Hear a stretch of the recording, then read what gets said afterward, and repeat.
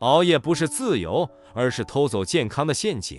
你是不是也有过这样的时候？白天被工作、课业追着跑，压力满满，等到晚上才觉得终于属于我自己了。于是打开手机，刷短片、追剧、打游戏，一晃眼，凌晨1点、2点就到了。心想没关系，明天补觉就好。但你知道吗？睡眠不是存款，错过了就是错过了。长期熬夜和睡眠不足会悄悄偷走你的记忆力、情绪控制力，甚至寿命。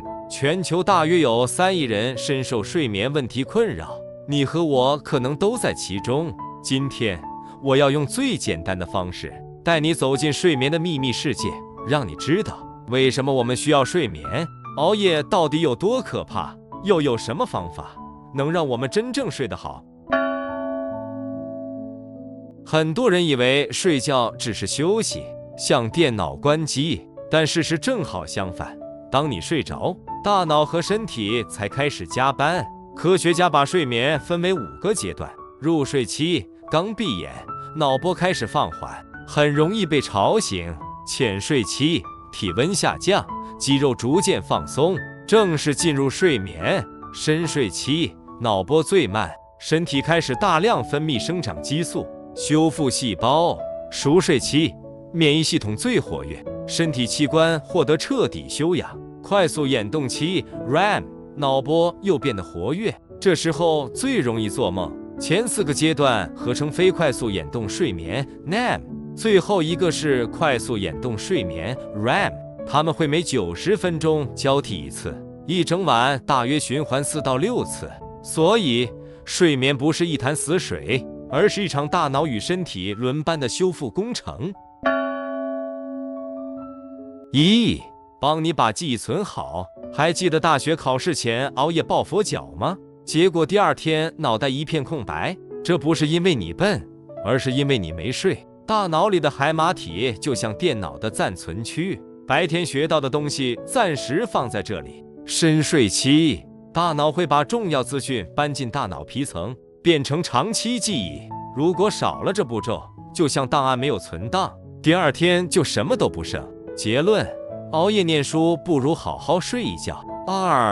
帮你激发灵感。梦境不是胡乱拼凑。REM 睡眠时，大脑会把白天收集到的资讯打散、重组，常常带来突破性的灵感。数学天才拉马努金梦里写下3000多个公式，后来被证明正确。化学家门捷列夫梦到63种元素排列成表格，醒来后诞生了元素周期表。这不是神迹，而是大脑在睡眠中进行的资讯重组。所以说，灵感不是熬夜想来的，而是睡出来的。帮你修复情绪。你一定听过一句话：睡一觉，心情就好多了。科学研究证实， REM 睡眠会降低压力荷尔蒙，让大脑在梦境中重新处理白天的不快。这就像情绪的急救站，缺少睡眠的人，大脑的情绪中枢会过度活跃，前额叶皮层情绪的刹车却下线，结果就是容易暴躁、焦虑，甚至忧郁。所以失眠不只是累，还会让你情绪爆炸。记忆力下降。缺少深睡期，白天的学习完全没办法被存档，长期下来，不只是考试考不好，工作效率也大打折扣。身体功能崩坏。睡少于5小时，清除癌细胞的自然杀手细胞会少70%。熬夜会打乱荷尔蒙，让你更容易肥胖、糖尿病，免疫力下降，感冒频率提高。大脑垃圾堆积。深睡期，大脑靠脑脊液把贝塔类淀粉蛋白冲掉，这是导致阿兹海默症的元凶。如果长期少睡，这些垃圾会越积越多，让你思考力、记忆力越来越差。疾病风险直线上升。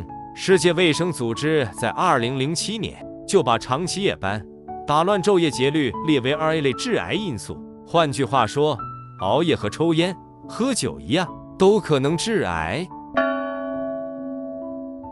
不是每个人都必须早睡早起，很多人从小就被灌输早睡早起才健康的观念。但事实上，科学研究告诉我们，并不是所有人都适合同样的作息。25%属于百灵鸟型，这些人天生早起，一早就精神奕奕，适合晨间运动、读书、工作，效率最高。25%属于夜猫型，相反的，他们的精神会在深夜才逐渐达到巅峰，往往要凌晨才觉得想睡。50%的人则落在中间，既不是极端早起，也不是极端晚睡，弹性较大。这背后的原因其实和基因有关。人类演化过程中，族群需要分工，有人清晨起床打猎，有人深夜守夜，确保安全。久而久之，这样的生理差异就被保留下来。问题是，现代社会几乎以早9晚5为标准。如果你是百灵鸟型，作息刚好符合规律，生活相对顺利；但如果你是夜猫型，就很可能陷入困境。白天上班上课时昏昏沉沉，晚上却越来越清醒，导致恶性循环。长期下来，夜猫子不仅会面临睡眠不足的风险，还可能影响情绪、工作效率，甚至增加慢性病的几率。因此，真正的关键并不是硬要早睡，而是找到属于自己的节奏。如果你是夜猫型，可以尝试调整工作或学习时间，把最需要专注的任务放在晚上完成。如果你是百灵鸟型，则要善用清晨的高效时段，而一般型的人则可以依生活需求灵活调整。美国海军的2分钟入睡法，这个方法本来是为了让飞行员在战场上随时都能入睡，后来被证实对一般人也有效。步骤：放松全身，下巴放松，肩膀下垂，慢慢呼吸，想象自己漂浮在湖面上，看着蓝天。10秒钟内，所有杂念都丢掉。练习6周后，超过90%的人可以在2分钟内睡着。失眠时最怕胡思乱想，这套方法就是关掉脑内噪音。很多人以为睡满8小时就是好睡眠，其实重点不在时间长短，而在于睡眠周期。1个周期90分钟，理想5个周期7.5小时。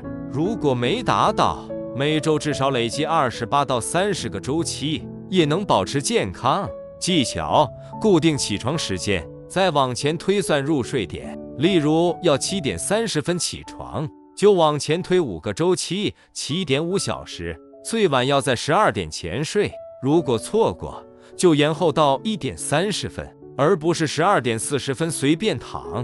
因为在周期中途醒来最痛苦，在周期结束时醒来最精神。离开床，去客厅或阳台，听轻音乐或看书，别让床和失眠连结。远离蓝光，睡前尽量不用手机，蓝光会抑制褪黑激素，降低焦虑。越在意时间，越难睡，不如告诉自己，睡不着就算了，明天再补，反而更容易放松。咖啡因管理，咖啡、茶、能量饮料最好在睡前4小时内停掉。规律运动，每天30分钟中低强度运动，能提升深睡期比例。打造睡眠环境，保持房间黑暗、安静、凉爽，温度20到24度最适合入睡。养成睡前仪式，泡温水澡，听轻音乐，拉伸，都能让大脑收到该休息了的讯号。避免酒精，很多人以为喝酒助眠，但酒精会破坏深睡，让你半夜频繁醒来。固定起床时间，用周期推算入睡点，睡前4小时停咖啡因，练习2分钟入睡法，打造黑暗安静的睡眠环境。睡不着就离开床，别硬撑。嘿，别再熬夜了，最好的养生法就是一觉好眠。如果你也常常失眠，或有自己独门的快速入睡法，欢迎在留言区告诉我。别忘了按赞、订阅、开启小铃铛。我们下支影片再见。